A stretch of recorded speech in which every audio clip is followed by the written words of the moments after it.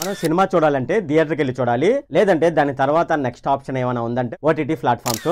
ఇక మనకు కేబుల్ ద్వారా కూడా మనకు వస్తూ ఉంటాయి, అది చాలా లేట్ గా అయితే వస్తూ ఉంటాయి. మనం తొందరగా సినిమా చూడాలంటే ద బెస్ట్ ప్లాట్ఫామ్స్ ఏమైనా ఉన్నాయి అంటే ఒకటి సినిమా థియేటర్, రెండు ఓటీటీ ప్లాట్ఫామ్స్ అనమాట.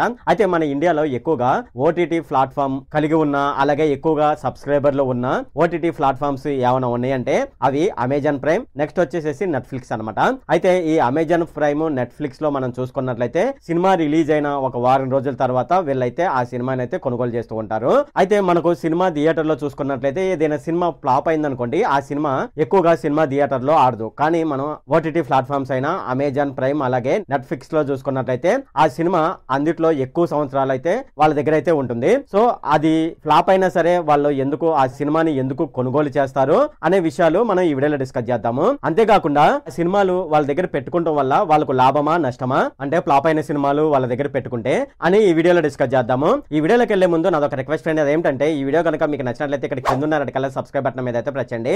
ఇలా మీరు రెడ్ కలర్ సబ్స్క్రైబ్ బటన్ మీద ప్రెస్ చేయడం వల్ల నేను చేసిన ప్రతి ఇన్ఫర్మేషన్ వీడియో అనేది అందరికంటే ముందు అప్డేట్ రూపంలో మీ మొబైల్ కి అయితే చేరిపోతుంది. ఇప్పుడు మనం వీడియోలోకి అయితే వెళ్ళిపోదాం. అలాగే అమెజాన్ ప్రైమ్ అలాగే నెట్ఫ్లిక్స్ లను మనం చూసుకున్నట్లయితే ఇవి ఒకే విధంగా వర్క్ చేస్తూ ఉంటాయి. అయినప్పటికీ వాటి బిజినెస్ స్ట్రాటజీ మనం చూసుకున్నట్లయితే రెండింటికి డిఫరెంట్ గా అయితే ఉంటుంది. సో అవేంటి అని కూడా మనం ఈ వీడియోలో డిస్కస్ చేద్దాము. అలాగే అమెజాన్ ప్రైమ్, నెట్ఫ్లిక్స్ లో మనం చూసుకున్నట్లయితే ఫ్లాప్ సినిమాలు కొనేటప్పుడు సరైన ఆలోచన అనేది లేకుండా అవి ఫ్లాప్ సినిమాలు అయితే కొనుగోలు చేయవు. అంతేకాకుండా అమెజాన్ ప్రైమ్ అలాగే నెట్ఫ్లిక్స్ లో మనం చూసుకున్నట్లయితే ఇవి కార్పొరేట్ స్ట్రీమింగ్ ప్లాట్ఫామ్స్. అంతేకాకుండా వాటి బిజినెస్ స్ట్రాటజీ చూసుకున్నట్లయితే అవి ఒకదానికొకటి డిఫరెంట్ గా అయితే ఉంటాయి. అయితే ఇవి ఎంత బిజినెస్ స్ట్రాటజీని ఫాలో అయినా సరే వాటి అంతిమ లక్ష్యం మాత్రం ఒకటే ఉంటుంది, అదేమిటంటే తమ ప్రొడక్ట్స్ ని వినియోగదారులకు అమ్మడం. అంతేకాకుండా ఆ కంపెనీ పేరు ప్రజల్లోకి తీసుకువెళ్లడం, స్టాక్ మార్కెట్ లో ఆ కంపెనీ యొక్క స్టాక్ విలువను పెంచడం. అమెజాన్ ప్రైమ్ అలాగే నెట్ఫ్లిక్స్ లలో సినిమాలు తీసుకునే విధానంలో వాళ్ళైతే ఒక పద్ధతిని అయితే ఫాలో అవుతూ ఉంటారు. అలాగే సినిమా తీసిన తర్వాత నిర్మాతలు ఆ సినిమాని నెట్ఫ్లిక్స్ వాళ్ళకు అలాగే అమెజాన్ ప్రైమ్ వాళ్ళకు అమ్మాలనుకున్నప్పుడు అది తీసుకోవాలా వద్దా అనేది నిర్ణయించడానికి ఒక టీం అయితే ఉంటుంది. ఏదైనా సినిమా అమ్మాలని నిర్మాతలు అమెజాన్ అలాగే నెట్ఫ్లిక్స్ వాళ్ళ దగ్గరికి వచ్చినా, లేదంటే ఏదైనా సినిమాను కొనాలి అని చెప్పేసి వీళ్ళు నిర్మాతల దగ్గరికి వెళ్ళినా సరే వాళ్ళ వ్యాపార నియమాల ప్రకారం ఆ సినిమా ఉందా లేదనేది వాళ్ళు చూస్తూ ఉంటారు. అలాగే ఆ సినిమాకు తగ్గట్లుగా వాళ్ళ అంచనాలు, వాళ్ళ లెక్కలు వాళ్ళకైతే ఉంటాయి. ఆ విధంగానే ఆ సినిమాను అయితే నిర్మాతల దగ్గర నుంచి అయితే వాళ్ళు కొనుగోలు చేయడం జరుగుతుంది. అలాగే వారు తీసుకున్న సినిమా హిట్ అవుతుందా ఫ్లాప్ అవుతుందా అనేది వారికి ముఖ్యమైన విషయం కాదు.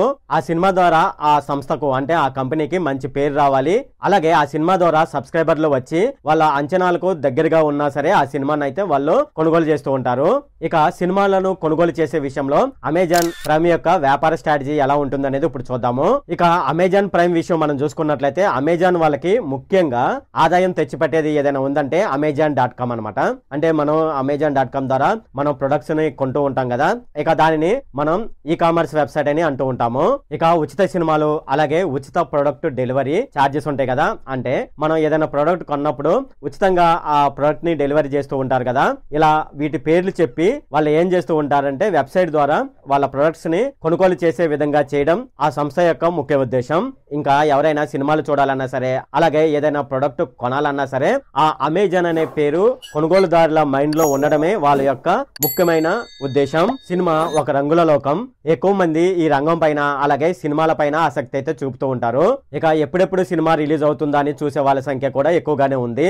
ఇది కూడా అమెజాన్ కి ఒక విధమైన వ్యాపారం చేసుకోవడానికి ఒక ప్రమోషన్ గా అమెజాన్ అయితే భావిస్తుంది. అమెజాన్ ప్రైమ్ వాళ్ళ సబ్స్క్రైబర్ల కోసం ప్రతి నెల 1 లేదా 2 సినిమాలను కొనుగోలు చేయడం అనేది వాళ్ళ వ్యాపార స్ట్రాటజీలో ఒక భాగం. అలాగే వాళ్ళు కొనుగోలు చేసిన సినిమా అనేది హిట్ అవుతుందా ఫ్లాప్ అవుతుందా అనేది వాళ్ళకి సంబంధం లేదు. ప్రజలు ఆసక్తికరంగా చూస్తున్నారా లేదనేది వాళ్ళు దృష్టిలో పెట్టుకొని ఆ సినిమాని అయితే కొనుగోలు చేస్తూ ఉంటారు. ఇక ఇలాగా మాత్రమే కాకుండా మరో విధంగా కూడా సినిమాను చూసి కొనుగోలు చేస్తారు. వాళ్ళు తీసుకునే సినిమా ఎవరికి నచ్చుతుంది, ఎవరు చూస్తారు అనేది దృష్టిలో పెట్టుకొని కొన్ని ఓటీటీ ప్లాట్ఫామ్స్ అయితే సినిమాని అయితే కొనుగోలు చేస్తూ ఉంటాయి. అది కూడా ఆ సినిమా పాపులర్ అయి ఉంటేనే తీసుకుంటారు. ఇక వాళ్ళు కొనుగోలు చేసే సినిమా విషయం మనం చూసుకున్నట్లయితే వాళ్ళు కోట్లలో డబ్బులు పెట్టి ఆ సినిమాలను అయితే కొనుగోలు చేస్తారు. అటువంటి సమయంలో చాలా మందికి ఒక డౌట్ అయితే ఉంటుంది, అలా కోట్లలో పెట్టి సినిమాలను కొనుగోలు చేస్తూ ఉన్నారు కదా, అయితే ఆ సినిమా ఫ్లాప్ అయితే ఆ సినిమా తీసుకోవడం వల్ల నష్టం రాదని చాలా మందికి ఒక డౌట్ అయితే ఉంటుంది. ఇక అమెజాన్ ప్రైమ్ విషయంలో వాళ్ళకు నష్టం రాదని చెప్పవచ్చు. అదేమిటంటే ఆ సినిమా కొన్న విలువ ఆ సంస్థ యొక్క నికర విలువలో కలిసిపోతుంది. ఇక ఉదాహరణగా చూసుకున్నట్లయితే అమెజాన్ ప్రైమ్ మన ఇండియాలో దాని వాల్యూ 10,000 కోట్లు ఉందనుకోండి. వాళ్ళు ఏదైనా సరే కొత్త సినిమా కొనుగోలు చేశారనుకోండి, దాని వాల్యూ 50 కోట్లు ఉందనుకోండి, ఆ సంస్థ విలువ 10,050 కోట్లు అయితే పెరుగుతుంది. ఇక ఇది మాత్రమే కాకుండా స్టాక్ మార్కెట్లో అమెజాన్ ప్రైమ్ యొక్క స్టాక్ వాల్యూ చూసుకున్నట్లయితే వాళ్ళు కొనుగోలు చేసే సినిమాను బట్టి ఆ స్టాక్స్ విలువ అయితే పెరుగుతూ ఉంటుంది. ఒకవేళ ఆ సినిమా ఫ్లాప్ అయిందనుకోండి అమెజాన్ ప్రైమ్లో, దానికి సంబంధించిన ప్రమోషన్స్ ఉంటాయి కదా, వాళ్ళైతే ఆ ప్రమోషన్ని 1 లేదా 2 రోజులు మాత్రమే చేస్తారు. ఇక ఆ సినిమా ప్రభావం అనేది అమెజాన్ పై పడదు. ఇక సినిమా హీరో అలాగే దర్శకుడి మీద మాత్రమే పడుతుంది. ఎందుకంటే ఫ్లాప్ సినిమా తీశారు కాబట్టి ఫ్యూచర్లో వాళ్ళ కెరీర్ అయితే కొద్దిగా ఇబ్బందులు పడే అవకాశం అయితే ఉంది. ఇది అమెజాన్ యొక్క బిజినెస్ స్ట్రాటజీ. ఇక నెట్ఫ్లిక్స్ యొక్క బిజినెస్ స్ట్రాటజీ ఎలా ఉంటుందని ఇప్పుడు చూద్దాము. ఇక నెట్ఫ్లిక్స్ విషయం చూసుకున్నట్లయితే ఇది పూర్తిగా స్ట్రీమింగ్ సంస్థ అనమాట.